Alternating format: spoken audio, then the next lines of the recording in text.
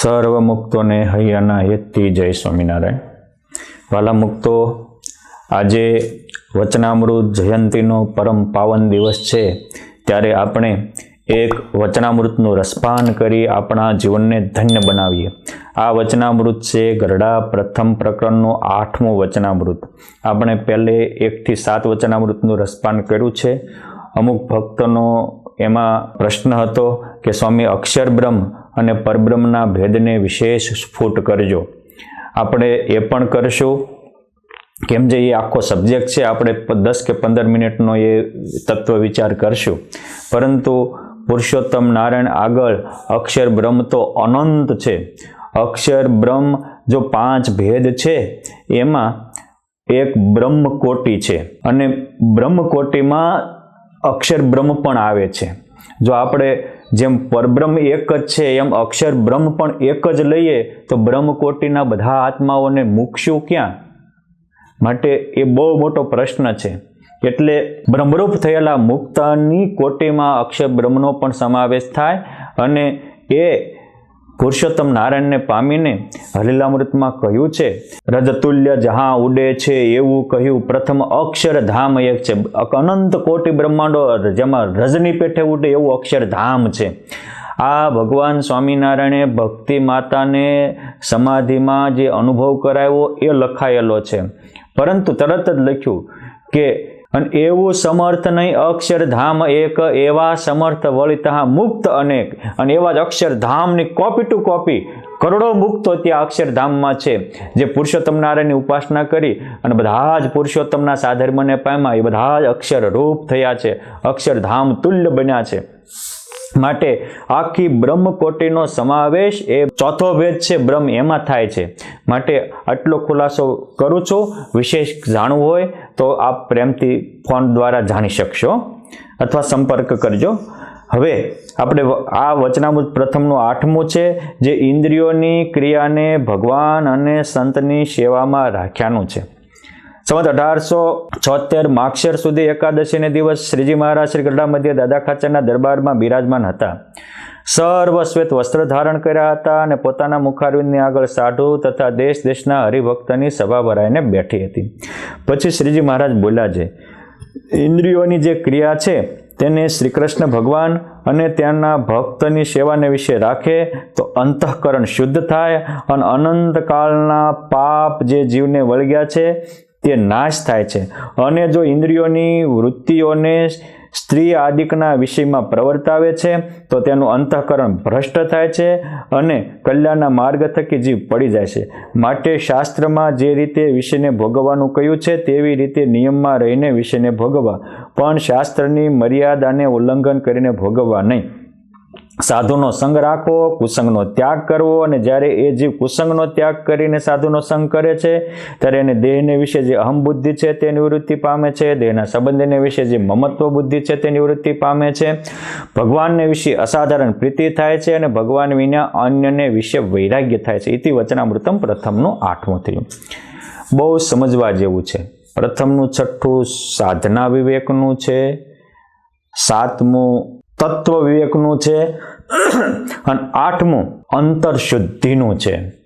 વાલા ભક્તો, અંતરશુદ્ધિ થાય એનામાં સાચી ભગવત બુદ્ધિ પ્રાપ્ત થાય છે. આ છે સેવા વિવેકનું. 7મું સમજવું અઘરું છે, 8મું આચરણ કરવું, પાળવું, અપનાવવું અઘરું છે. પરંતુ આ 8માને અપનાવ્યા વિના 7માનો અંતરમાં પ્રકાશ પણ થતો નથી. આ વસ્તુ છે અંતરશુદ્ધિની. અંતરશુદ્ધિ ક્યારે થાય? તો કે ઇન્દ્રિયોની શુદ્ધિ હોય તો અંતરની શુદ્ધિ થાય. કોઈ આપણા ઉપર કાદવ ઉડાડે એટલે આપણે હામો કાદવ ઉડાડીએ, આ તો ગધે ગધા જેવી વાત થઈ. એમાં જ્ઞાની છે જ્ઞાની મિલે તો કરે જ્ઞાન કી બાત, અને ગધે છે ગધે મિલે તો કરે લાતમ લાત, એના જેવું થયું. આ એવી વાત નથી કે છે ઇન્દ્રિયોની ક્રિયા. અંતરશુદ્ધિ માટે ઇન્દ્રિયોની ક્રિયાની શુદ્ધિ બહુ જરૂરી છે. ઇન્દ્રિયોની ક્રિયા એટલે શું?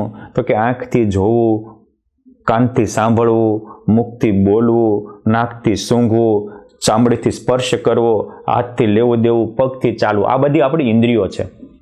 એમાં પણ ખાસ જ્ઞાન ઇન્દ્રિયો પર અહીંયા વજન છે. હવે આને આપણે ભગવાનને, ભગવાનના સંતની સેવાને વિશે રાખીએ તો અંતઃકરણ શુદ્ધ થાય. અંતઃકરણ મલિન શું કામ થયું છે?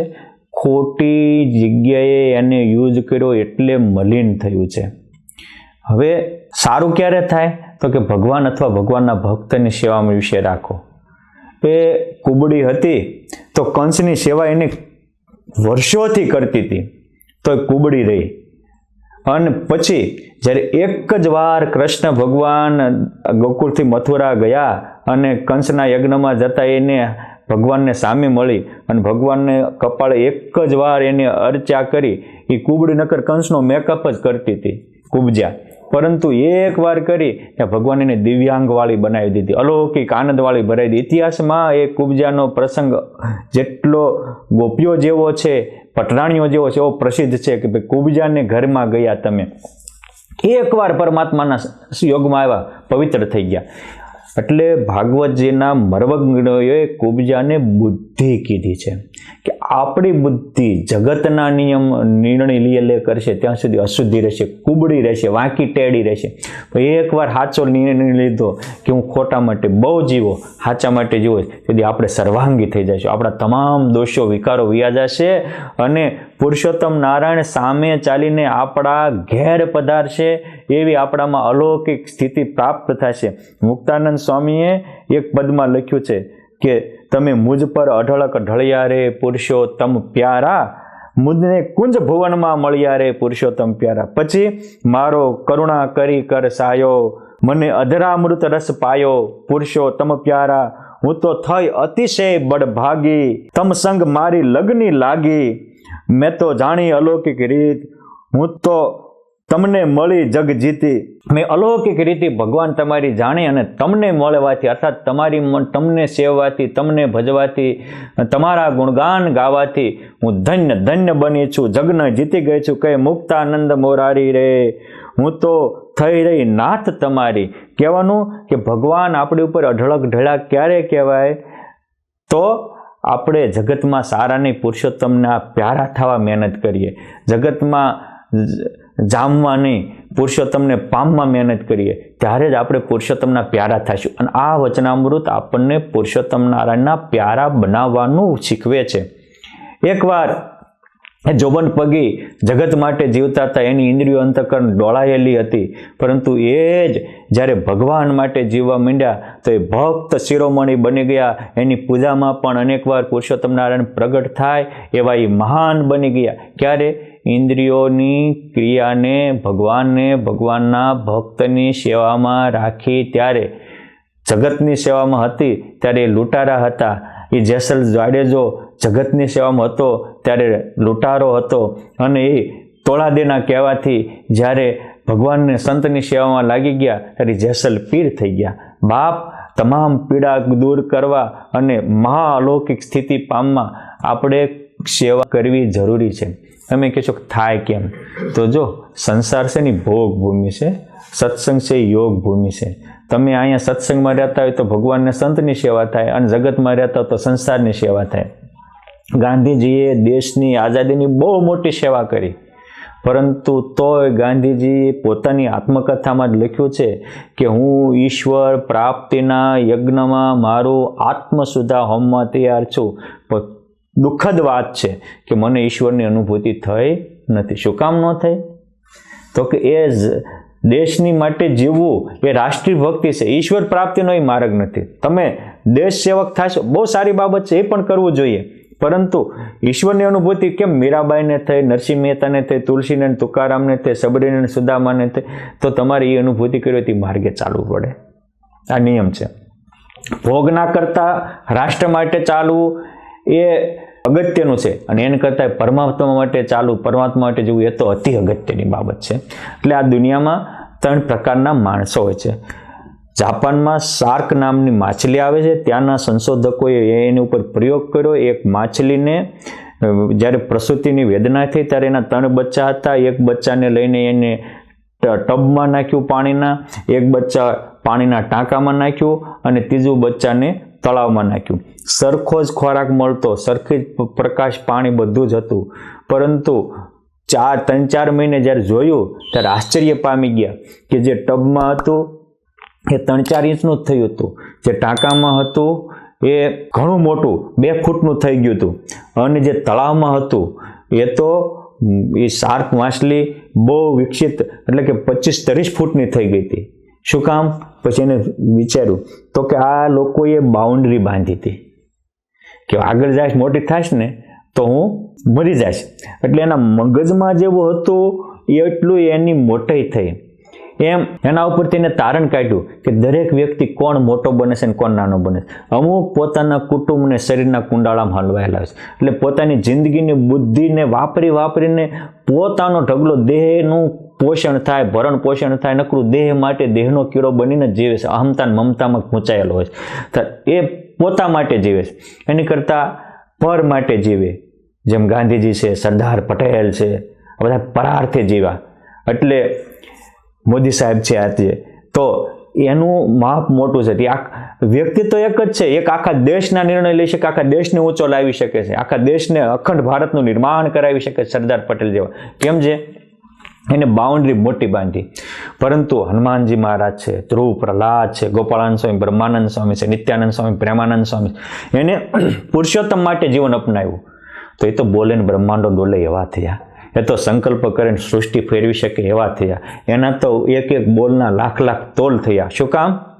એને પરમાત્મા રૂપી બાઉન્ડ્રી બાંધી. એટલે એ તો વિશ્વ વંદનીય થયા અને આખા વિશ્વનું ભલું કરનારા એવા મહાન બન્યા.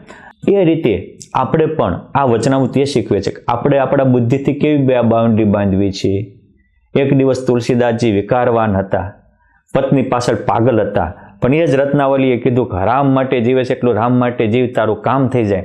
અને એ ભગવાનને ભગવાનના સંત માટે જીવવા થયા તો મહાત્મા તુલસીદાસજી બની ગયા. એક દિવસનો વાલિયો લૂંટારો હતો, એ એના પરિવાર માટે જીવતો હતો, પરંતુ નારદજીના વચને ઈશ્વરની આરાધના કરી અને બીજાના ભલા માટે જીવવા માંડ્યા. તો આજે એ વાલ્મીકી ઋષિ અને વાલ્મીકી રામાયણ બંને પ્રસિદ્ધ છે અને એ વિશ્વવંદની વાલ્મીકી મહાન બન્યા. ક્યારે? ખોટું માટે જીવતા હતા, અર્થાત એ આંખનો જગત માટે ઉપયોગ કરતા હતા, એની માટે જગદીશ માટે કરવા માંડ્યા. કાનથી જગતની વાતો સાંભળતા હતા, એની માટે જગદીશની વાતો સાંભળવા માંડ્યા. તો આટલા મહાન બન્યા. આપણે આમાંથી વિચારવાનું છે.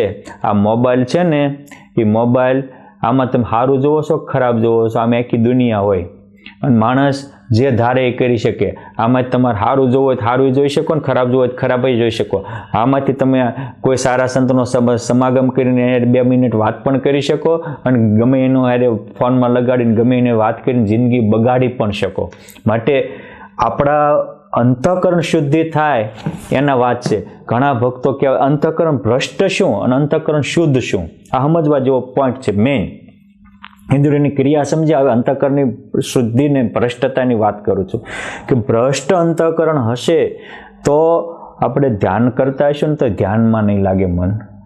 માનસી પૂજા કરતા હશું તો આપણું અંતઃકરણ ભ્રષ્ટ હશે. કોઈ પાપ નહીં કર્યું હોય તો પણ પુરુષોત્તમમાં નહીં લાગે, કેમ કે ભ્રષ્ટ અંતઃકરણ થઈ ગયું છે. એટલે ભગવાનમાં આપણી વૃત્તિઓ લાગશે જ નહીં, આપણું મન પુરુષોત્તમના રૂપમાં એકાકાર થશે જ નહીં. માટે અંતઃકરણ શુદ્ધ કરવું હોય તો આપણું અંતઃકરણ શુદ્ધ કરવું હોય તો આપણી ઇન્દ્રિયોની શુદ્ધિ બહુ જરૂરી છે. અને અંદરથી સારું ભર્યું છે તો સારું નીકળશે. જોગી સ્વામી રાજકોટ ગુરુકુળના કહેતા કે મને ભગવાન વિના ન હાલે ને ભગવાનને મારા વિના ન હાલે. શું કામ? તો કે મેં મારી જિંદગીમાં ભગવાન સિવાય કંઈ મન અંદર જવા જ નથી દીધું. એ રાજકોટ ગુરુકુળના પ્રેમ મૂર્તિ પ્રેમ પ્રકાશદાસજી સ્વામી કહેતા હતા કે મેં જગતનો ડોળ મારા હૈયામાં નાખ્યો જ નથી. એટલે મોલપાથી નીકળે હું જે નાખ્યું હોય એ નીકળે. મેં ભગવાનને સંતોના દર્શન જ આનેથી કર્યા છે, ભગવાનને સંતોની સેવા જ કરી છે, ભક્તોની સેવા જ કરી. એટલે રાત્રે પણ મને અખંડ ભગવાનને સંતોના જ સપના આવે. એ પ્રેમ પ્રકાશ સ્વામીની ડાયરી આપણે વાંચવા જેવી છે. એના કેવા ભગવાનની અનુભૂતિઓ થતી એ માટે જીવાત. એટલે એ પુરાણી ઘનશ્યામ જીવન સ્વામી હોય, એ આ વડતાલ ધામના ધુરંધર સંત અથાણાવાળા સ્વામી હોય, એ જ્ઞાનબાગમાં કાનજી ભગત હોય, બધા જ એવા મુક્તો છે કે એમને પોતાને આપણી હયાતીના મુક્તો છે કે એની પોતાની ઇન્દ્રિયો અંતઃકરણને ભગવાનના સંતની સેવામાં ખર્ચી નાખી. આપણે કેવા થવું છે? મેઇન મુદ્દો તો આપણા વાતનો છે કે જો આપણે ભગવાનના સંતની સેવામાં કર્યું હોય તો આપણે એની ભેગા રહેવું પડશે. કારણ કે જેની ભેગા રહ્યો એની જ સેવા થાય. એની માટે જ જીવાય.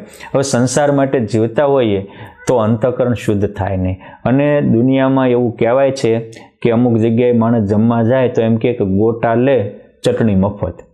હા, એની આ છે કે અંતર શુદ્ધ થાય અને પાપ જીવના નાશ થાય એટલે પુરુષોત્તમ નારાયણના દર્શન તો આપોઆપ થાય. પરંતુ હા, અનંતકાળના પાપ શું? તો કે ભગવાનની સ્મૃતિ એ પુણ્ય છે અને જગતની સ્મૃતિ એ પાપ છે. ભગવાન માટે જીવવું, ભગવાનને રસ્તે ચાલવું એ પુણ્ય છે, જગતના રસ્તે ચાલવું એ પાપ છે. ભગવાનને ભગવાનના સંતના ગુણ લેવા, ગુણ ગાવા એ પુણ્ય છે અને એના અવગુણ લેવા, એનામાં દોષ પરઠવો એ પાપ છે.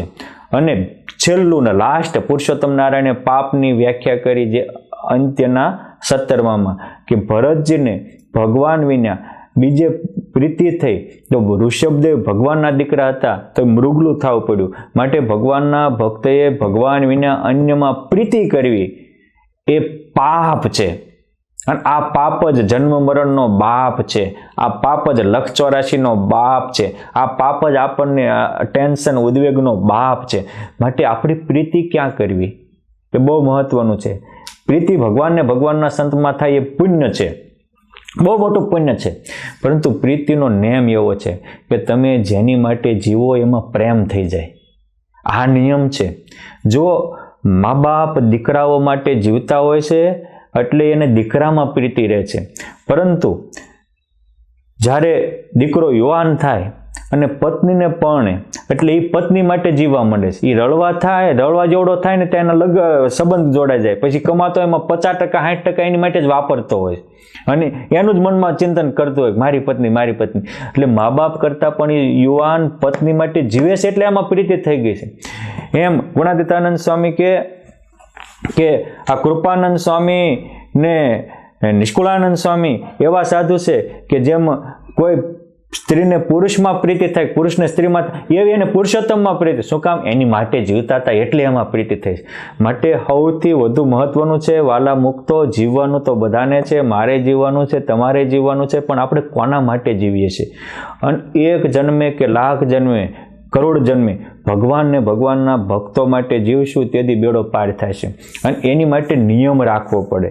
જો વૈરાગ્યથી ન થાય એવું કામ પણ નિયમથી થાય. ભગવાન સ્વામિનારાયણ મધ્યના 18મા વચનામૃતમાં કહે છે કે નિયમે કરીને આ જીવનું જેવું રૂઢ થાય એવું તો વૈરાગ્ય કરીને નથી થતું. માટે આ નિયમ રાખવો પડે કે મારે સત્સંગ કરવો જ છે, મારે ખરાબ જોવું જ નથી, મારે સારું જ જોવું છે, સારું સાંભળવું છે, સાચાને જ જાણવા માણવામાં સમય વાપરવો છે. જાણવાનું જાણે નહીં, વણ જાણ્યાનું જાણે કોટ.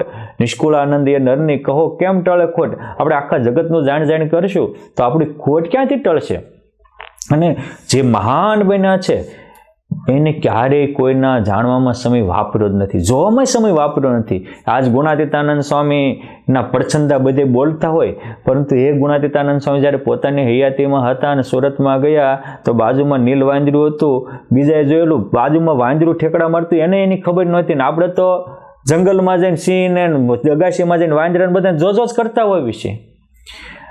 મોટાપુરી જો એની ઇન્દ્રિયો ભગવાનને સંતની સેવામાં રાખી એટલે એ બ્રહ્મરૂપ થયા ને હજારોને બ્રહ્મરૂપ કરી દીધા. અને આપણે જગતમાં રાખીશ એટલે ઘણીક વાર ઊંચી સ્થિતિ પામ્યા હોય તો આપણે ભ્રષ્ટ થાય છે. આ કહે છે કે ઇન્દ્રિયોની વૃત્તિઓને સ્ત્રી આદિકના વિષયમાં પ્રવર્તાવે તો એનું અંતઃકરણ ભ્રષ્ટ થાય છે અને કલ્યાણના માર્ગમાંથી પડી જાય છે. હા, જો પ્રસિદ્ધ બાબત છે.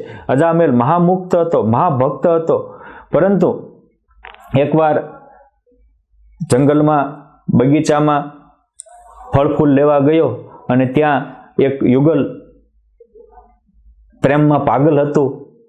એ જોયું, આને એમાં મોહ જાગ્યો અને પછી એના ઊંઘેલા ફૂલને ઊંઘ્યા અને એમાં એની બુદ્ધિ ભ્રષ્ટ થઈ. જો વૃત્તિઓને સ્ત્રીઆદિક વિષયમાં એટલે કે એનું ચિંતન કરવું એ જ એ વિષયમાં પ્રવૃત્તિ, એની જ યાદી કરવી એ એના વિષયમાં આપણે પ્રવૃત્તિ કહેવાય. આપણા મગજમાં નકરા સ્ત્રીના જ વિચાર આવ્યા તો આપણે એમાં પ્રવૃત્તિ કહેવાય. ધનના વિચાર આવતા હોય તો આપણે એમાં પ્રવૃત્તિ કહેવાય. અને આપણી ગતિ તન હોય એમ થતી નથી, મન હોય એમ થાય છે. એટલે મહારાજે કીધું કે જો મનનો ત્યાગ ખોટો હોય તો જનક રાજા જેવા મહાયોગેશ્વર હતા, મહારાજા હતા, તો એમનું મન તો યોગેશ્વરના જેવું શુદ્ધ હતું. માટે ત્યાગીએ તનને મનથી બેથી ત્યાગ રાખવો, અને ગ્રહસ્થએ પણ મનથી તો ત્યાગીની પેઠે અતિશય નિર્વાસનિક જ રહેવું. અને પુલાશ્રમ જેવું સ્થાન હતું. ઋષભદેવ ભગવાનના દીકરા હતા, પણ ભરતજીનું મન મુગલીમાં ગયું તો જન્મ મૃગલી થઈ ગયું. જો મન હતું ત્યાં ગતિ થઈ. અરે પુરુષોત્તમ નારાયણના મંદિરના પૂજારી હતા, લાસ્ટ ટાઈમ ભગવાનની સંતની સેવા કરી હતી, મંદિરની સેવા કરી હતી, પણ એ બેથાપુરના વરાહખેરને અંતે એનું મન એના જ્યારે ભગવાન તેડવા આવ્યા ત્યારે મન એના મને તો દીકરો નહીં પણ દીકરીને દીકરો થયો, એ મન દીકરીમાં ગયું તો એને પેઠે દીકરીના દીકરા રૂપે જન્મ લેવો પડ્યો. હા, માનુભાવાનંદ સ્વામી જો મોટા સંત હતા એટલે પછી વર્તમાન ધરાવીને મુક્તિ આપી, પણ મન આ થાય. શાસ્ત્રીજી મહારાજ રાજકોટ ગુરુકુળના એના જીવનગાથામાં એક લખાયેલો પ્રસંગ છે. ઝાલીલાલના અર્જણ બાપા હતા, બહુ ભક્ત હતા, મંદિરમાં સેવા કરતા હતા, જીવન જગાડે એવો પ્રસંગ છે. એ વખતે એમના પુત્રવધુ બહુ એની સેવા કરી. તો અંતકાળ આવ્યો ત્યારે એમ થયું કે ઓહો, આ મારી પુત્રવધુએ મારી કેટલી સેવા કરી. અને એ પુત્રવધુમાં મન રહ્યું તો એની પછી ગતિ થઈ નહીં, ભગવાન મૂકીને વૈયા ગયા અને ભૂત યોનીને પામ્યા, અધોગતિને પામ્યા. પછી તો ઘણી વાર આવે, રોવે ખરા, પણ કંઈ બોલી શકે નહીં. પછી એક દિવસ એ બોલ્યા કે મને રાજકોટ શાસ્ત્રીજી મહારાજ પાસે લઈ જાઓ. પછી એ રાજકોટમાં એટલે જ્યારે ગુરુકુળનો આરંભ હતો એ વખતે રાજકોટના દાણાપીઠમાં એમને શાસ્ત્રીજી મહારાજ રહેતા, અત્યારે ગુરુકુળ થતું હતું ને એ ત્યાં લાવ્યા. એ વખતે પુરાણી પ્રેમ પ્રકાશદાસજી સ્વામી, જોગી સ્વામી જેવા સંતો હતા, ત્યાં લાવ્યા. પછી એ બાપા ત્યાં હતા. શાસ્ત્રીજી મહારાજ એ વખતે કંઈક પદાર્થ લેવા ભાવનગર ગયેલા, ત્યાંથી પાછા આવ્યા, કીધું કે અર્જણ બાપા ઝાલીલાના આવ્યા છે, રડે છે. સ્વામી ગયા કે ઓહો, કે અરે સ્વામી, હું જાણું છું, રડતા રડતા બોલી ગયા કે એના ભાઈના દીકરામાં આવીને કે હું જાણું છું કે મને પુત્રવધુમાં એને બહુ પ્રેમ સેવા કરી અને હેત થઈ ગયું, તો એને લઈને આ મારી દિશા થઈ છે. પછી શાસ્ત્રીજી મહારાજે એમને વર્તમાન ધરાવ્યા ફરીવાર અને સંકલ્પ કરીને ધૂન કરી, ત્યારે એની દિવ્ય ગતિ થઈ. આ તો એવા મોટા ગુરુ હતા માથે, તો પણ જગતમાં હિત રહ્યો, એમાં ગઈ તો અંતઃકરણ ભ્રષ્ટ થયું, કલ્યાણના માર્ગમાંથી પડ્યા. આને પડ્યા કહેવાય. માટે ભગવાનના સંત સેવા કરતા હોય અને એની સ્મૃતિ આવે તો મોટું કામ થઈ જાય. તમે જુઓ, એ આની આ જ વાત છે કે મહારાજ પંચાળામાં હોય અને મહારાજે સેલણ પીરસ્યું હોય અને એ દેવી પૂજકને યાદ આવે તો એની દિવ્ય ગતિ પામી જાય, અધોગતિમાંથી ઉર્ધ્વગતિ થઈ જાય છે. માટે સુખી થવું હોય તો શાસ્ત્રમાં જે રીતે વિષયને ભોગવવાનું કહ્યું છે એ રીતે નિયમમાં રહીને વિષયને ભોગવવા, પણ શાસ્ત્રની મર્યાદાનું ઉલ્લંઘન કરીને ભોગવવા નહીં. અને એની માટે સાધુનો સમાગમ રાખવો પડે. સ્પષ્ટ લખ્યું છે શિક્ષાપત્રીમાં કે આ અમારા નિયમો, શાસ્ત્રમાં જે નિયમો કયા છે એ નિયમો કે એ પાલયંતી મનુજઃ સત્શાસ્ત્ર પ્રતિપાદિતાન સદાચારાન સદા તેત્ર પરત્ર ચ મહાલોકા. આ અમારા નિયમો પાળશે, જે કોઈની હિંસા કરવી નહીં, કોઈના ઉપર મિથ્યા અપવાદ આરોપ કરવો નહીં, પોતાના સ્વાર્થ સિદ્ધિ માટે બીજાને બદનામ કરવા નહીં, ધર્મને માટે પણ ચોરી કરવી નહીં, કોઈના ઉપર મિથ્યા અપવાદ નાખવો નહીં, વિશ્વાસઘાત કરવો નહીં. આ આપણે હારે વર્ષોથી સેવા કરતા હોય તો એનું શોષણ કરવું નહીં, એનું પોષણ કરવું. અને મુક્તો એક વાત યાદ રાખજો, કોણ આપણા પોષક છે અને કોણ આપણા શોષક છે, એનું માપ શું? તો માપ એટલું જ છે કે જે વારે વારે આપણી લાગણી હારે ખિલવાડ કરતા હોય, આપણા અંતરની વેદના ન સમજે તો સમજવાનું કે આપણો શોષક છે, પોષક નથી. જે વારે વારે માફી મગાવતા હોય, વાહક હોય કે ન હોય, માફી માગ તું માફી માગી લે. એટલે ભગવાન પણ ન્યાયપ્રિય છે, સત્યપ્રિય છે, હા એ કરુણાપ્રિય છે, પણ આવું નથી. આ આપણા શોષક છે, પોષક નથી. એ આપણા પૂર્વ જન્મના કર્મને ખીલવનારા નથી, કર્મના રોધક છે, બાધક છે. માટે દરેક સાધકે આપણા કોણ છે કે આપણી વેદનાને વાંચી શકે, આપણી સમજણને, લાગણીને સમજી શકે. અને વેદ વાંચવા કરતાં વેદનાને વાંચનારો મહાન છે. એ સલાહ આપનારા કરતાં સાથ આપનારો મહાન છે. માટે આપણે આ જોવું અને એવાને દિલ દઈ દેવું તો બહુ મોટું કામ થાય. અહીંયા શાસ્ત્રના જે નિયમો છે એને આજે શિક્ષાપત્રીના એ મોટું શાસ્ત્ર છે અને એને ઉલ્લંઘશો તો કે છે તો મહાદુઃખ થશે અને રહેશો તો મહાસુખને પામશો. જો મહાસુખ પામવું હોય તો ગીતાજીમાં પણ ભગવાન કહેશે એ શાસ્ત્ર વિધિ સમૃત્સુજ્ય વર્તન્તે કામ કાતરહ ન ચ સિદ્ધિમ વાપનોતી ન સુખમ ન પરમ પદમ. જે શાસ્ત્ર એ બાંધેલી મર્યાદાને ઉલ્લંઘીને વર્તશે એ સુખ પણ નહીં પામે, કોઈ પ્રકારની સિદ્ધિને પણ નહીં પામે ને અંતે પરમ ગતિને પણ નહીં પામે. માટે જો સિદ્ધિ પામવી હોય, સુખ પામવું હોય, પરમ ગતિ પામવી હોય તો ઇન્દ્રિયોને નિયમમાં રાખો. એ જોબન પગી વડોદરા નરેશ એનું સન્માન કરવા માટે ભક્ત થયા પછી બોલાવે અને એના માનમાં એ વડોદરા નરેશમાં બહેનો નૃત્ય કરતી હોય તો આંખી વીંચી જાય કે હું સ્વામિનારાયણ નથી, મારે ન દેખાય. ત્યારે વડોદરા નરેશ એના પગ પકડી લે. એ જીણાભાઈ દરબાર એ જુનાગઢના નવાબમાં કચેરીમાં બેઠા હોય અને ત્યાં બહેનો નૃત્ય કરવા આવે, જીણાભાઈ એક બેઠા હોય ત્યારે જુનાગઢનો નવાબ મુસ્લિમ હોય તો કે ખુદાનો સાચો બંદોતા એક છે. જીણાભાઈના વિશ્વાસ આવી જાય અને જીણાભાઈના કહેવાથી સ્વામિનારાયણ ભગવાનને માટે મંદિરની જગ્યા પણ આપે અને પુરુષોત્તમ નારાયણને આખા જુનાગઢમાં ચડે ચોક પણ સવારી કાઢી શકે. આ ચારિત્રની તાકાત છે, આ ચારિત્રનું બળ છે. ચારિત્ર એ બહુ મોટી સિદ્ધિ છે. ચારિત્ર એ પરમાત્માને પામવાની ઉત્તમ રાજમાર્ગ છે. અને એટલે કહેવાય છે કે ચારિત્રની ચપટી આગળ ગાનની ગાંસડી પણ ઓગળી જાય. મોટી મોટી વાત કરતા હોય પણ ચારિત્ર નહીં હોય તો કોઈને વજન નહીં પડે. અને ચારિત્ર હશે તો જૂનાગઢના નવાબને કે વડોદરા નરેશને પણ વજન પડશે. એ એક બહેનોના જ માતા તુલ્ય જોતા હતા. બહેનો સામે કોઈ કુદૃષ્ટિ નહોતા કરતા. તો એ જોગીદાસ ખુમાણ એ બારવટિયા હતા અને અન્યાય થયો હતો એટલે લડાઈ કર્યા હતા. પરંતુ તોય ભગવાન સ્વામિનારાયણ એને દર્શન દેવા ગયા હતા. અને ભગવાન સ્વામિનારાયણ જ્યારે અહીંયા ગઢપુરમાં જીવા ખાચરના કારજ ઉપર આવ્યા ત્યારે પણ એમને સ્પેશિયલ કેસમાં મળ્યા હતા. અને એટલે ભગવાન એના એક નિયમને કારણે એમનું ચાલતું બારવટું હતું ભાવનગર નરેશ સામે, એમાં પણ ભગવાન સ્વામિનારાયણે દાદા ખાચરને પ્રેરણા આપી અને એની સહાનુભૂતિમાં મોકલ્યા હતા. આ વાત કાઠિયાવાડના ઇતિહાસમાં પણ લખાયેલી છે અને હરિચરિત્ર ચિંતામણીના બીજા ભાગમાં પણ આ પ્રસંગ નોંધાયો છે. માટે મારે તે કહેવું છે કે નિયમ બહુ મહત્વની બાબત છે કે પરધન પથ્થર જાણીશ, પરનારી માતા સમાન જાણીશ, હવમાં ભગવદ ભાવ રાખીશ, ભગવાન માટે જીવીશ, ભગવાન માટે મરીશ, સત્સંગ માટે જીવીશ, સત્સંગ માટે મરીશ, સારા કાર્ય કરીશ, ક્યારેય કોઈને ઉપર કુભાવ નહીં કરું, કુદ્રષ્ટિ નહીં કરું, અસત્કર્મ નહીં કરું, સત્કર્મ કરીશ. આ નિયમ રાખો. નિયમ હશે તો જ સુખી થશો. અને નિયમ શાસ્ત્રની મર્યાદાને ઉલ્લંઘન કરશો તો સારા મોટા પરનારી સામે ન રહેવાય. તેમ છતાં સામે રહ્યા તો એકાંતમાં નારદજી ભગવાનનો અવતાર ગણાય. નારદ પુરાણ છે. પરંતુ જયંત રાજાની અમરીશ રાજાની પુત્રી જયંતાનો હાથ જોયો તો પરણવાનું મન થયું. જો કલંક લાગ્યું. એવા જ ઋષિ પર્વત હતા, એને પણ કલંક લાગ્યું.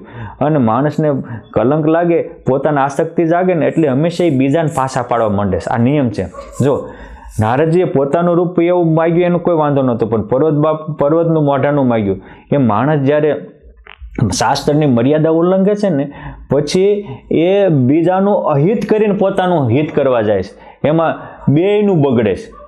માટે હંમેશા ક્યારેક આપણી ભૂલ થઈ ગઈ હોય તો બીજાનું અહિત કરીને આપણું હિત કરવા જવું એવું ન કરવું. એ કરશો તો ભૂંડા મોઢે દુઃખ માથે ઓઢીને રોવાનો વારો આવશે. કોઈ સાના રાખનારા નહીં મળે. માટે વાલા મુક્તો આ સમજવું, ક્યારેય કોઈનું અહિત થાય એવું તો ન જ કરવું. હિત થાય એવું થાય તો ભલે, અરે કોકને બગાડવી નહીં ને એ એક મોટી સેવા છે.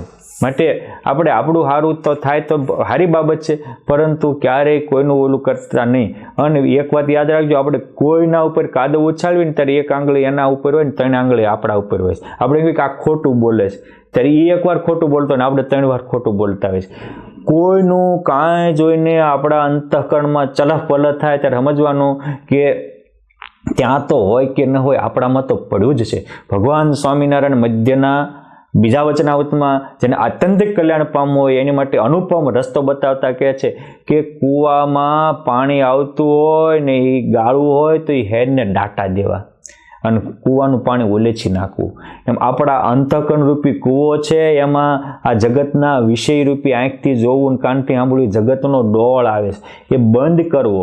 એ બંધ થશે પછી જ હું આત્મા છું ને મારામાં પ્રગટ પરમાત્મા છે એ અનુભૂતિ થાય છે. મહારાજ કે આપણને બધાય બીમાર પડ્યા છે, ગુમડું થયું હોય કંઈક ઓલું હોય તો એ જે આપણે મોઢેથી ભલે દવા લેવી, પણ જ્યાં એ ગુમડું થયું છે, દુખાવો થયો છે, ત્યાં એ દવા જાય ત્યારે જ એનો કરાર થાય, અસર થાય ને એનો નાશ થાય.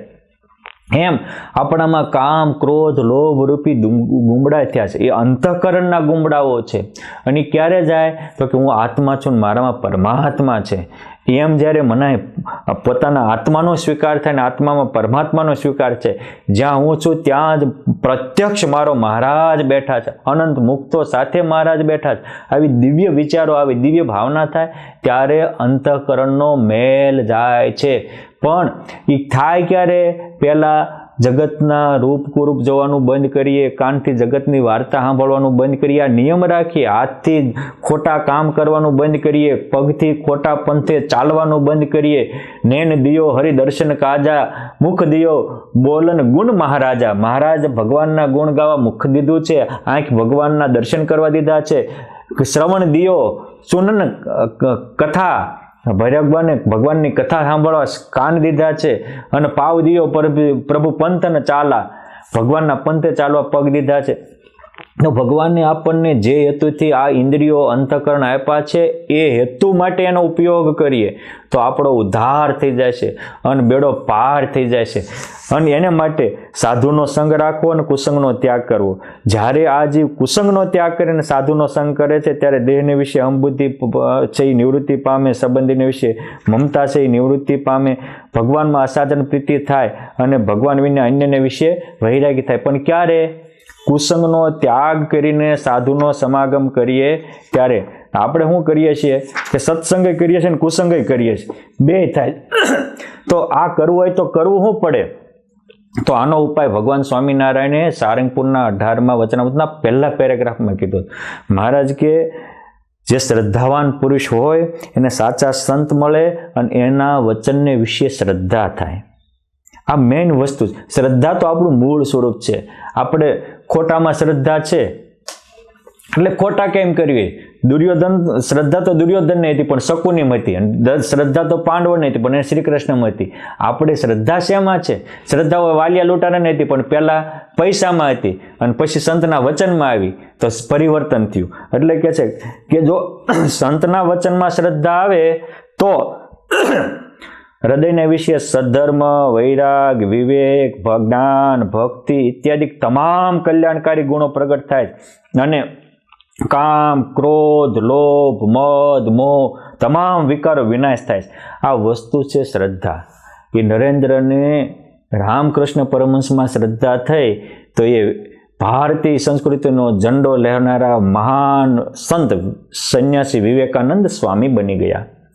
એ વડોદરાના ઢૂંઢુબા ઉડતા પંખીને પાડે હજારોને મેલા મંત્રથી મારી નાખે એવા હતા, પરંતુ એમને યોગ સમ્રાટ ગોપાળાનંદ સ્વામીમાં શ્રદ્ધા થઈ તો એ બીજાને સમાધિઓ કરાવે એવા પવિત્ર, પરમ પવિત્ર બની ગયા. એની દીકરી મથુરાવા પણ એ પરમ પવિત્ર બની ગઈ.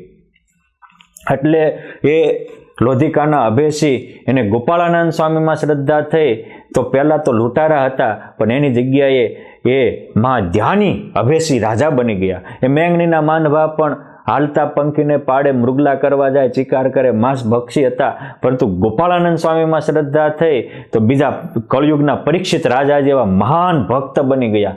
આ એક શ્રદ્ધા બદલી તો વિકારો વયા ગયા અને સદગુણોનો સાગર રેલાઈ ગયો. એ રામ માટે જીવતા હતા, એ રત્નાવલીના વચને રામ માટે જીવતા થયા તો એ મહાત્મા તુલસીદાસજી બની ગયા. એટલે આ મહારાજ કહે છે કે કુસંગનો ત્યાગ કરીને, જો આ બધાએ જ્યારે સાધુનો સંગ કર્યો પછી કુસંગીના માનવાનો, કુસંગનો ત્યાગ એટલે કે કુસંગીનું માનવાનું બંધ કરવી એ જ કુસંગનો ત્યાગ છે, બીજો કાંઈ નહીં. આપણે કુસંગીના વચનો જ માન કરતા હોઈએ તો એ સાધુના વચનો અસર કરે નહીં.